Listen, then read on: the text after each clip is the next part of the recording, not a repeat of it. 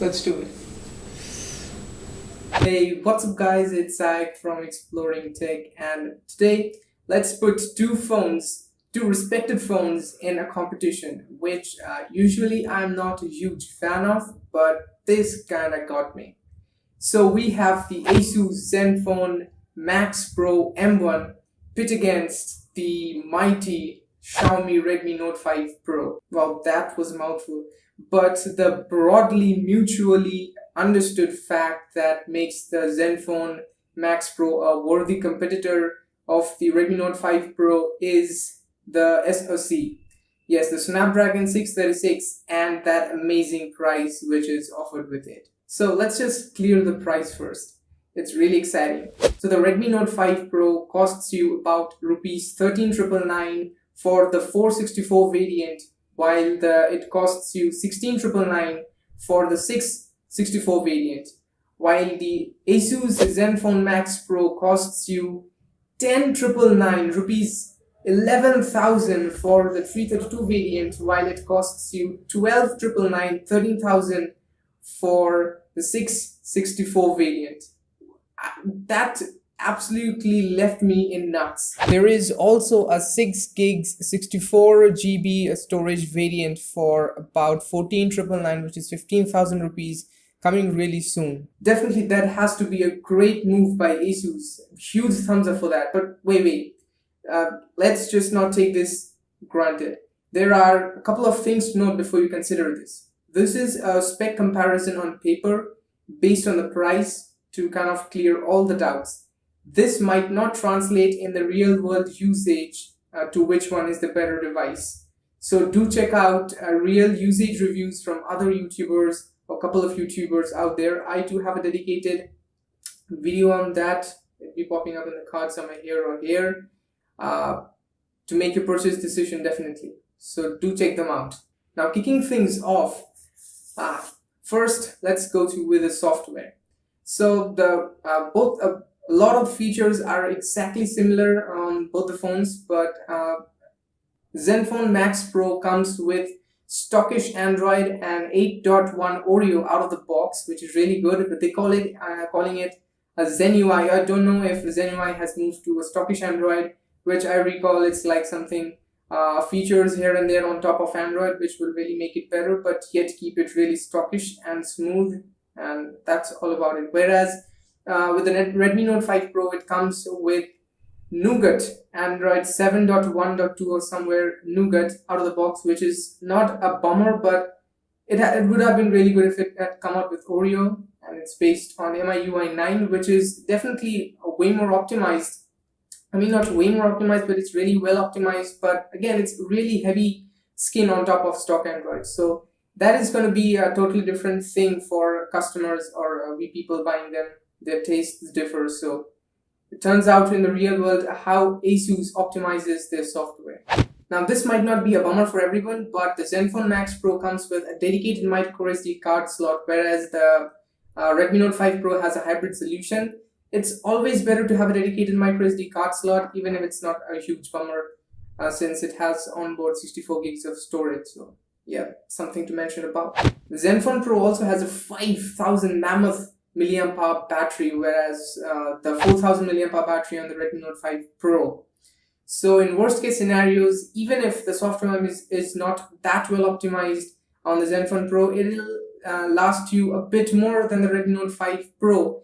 And if fortunately turns out to be well optimized on the Zenfone Pro Max, then well, definitely it's gonna last you way more than the Redmi Note 5 Pro. There it gets huge thumbs up as well. Whereas the difference in the thickness is not huge. The Redmi Note 5 Pro comes in 8.2mm, whereas the Asus Zenfone Max Pro comes in about 8.5mm, which is really remarkable. This is also not a huge thing, but again, the Redmi Note 5 Pro comes with Bluetooth 5.0, whereas the Zenfone Max Pro comes with Bluetooth 4.2, which is not a bummer for everyone, but I don't think a huge category of people are gonna making use the Bluetooth 5.0 feature, because I don't think a lot of people use that, but it's nice to have something which is again a bonus for the price you're paying. So again, the Redmi Note 5 Pro has that. Now here comes the camera. It's nowadays it's really subjective. It's not nowadays. It is such a thing that is really subjective from people to people. It changes the priority. But here are the specs for you. So one thing to note is that the Zenfone Max Pro comes with 4K out of the box, which is without image stabilization. But the Redmi Note 5 Pro yet does not have that. So that is something you gotta note. But I think nothing camera is nothing which is comparable regarding specs, because it's absolutely subjective, and it depends a lot on the optimization and the sensor, how they are utilizing that.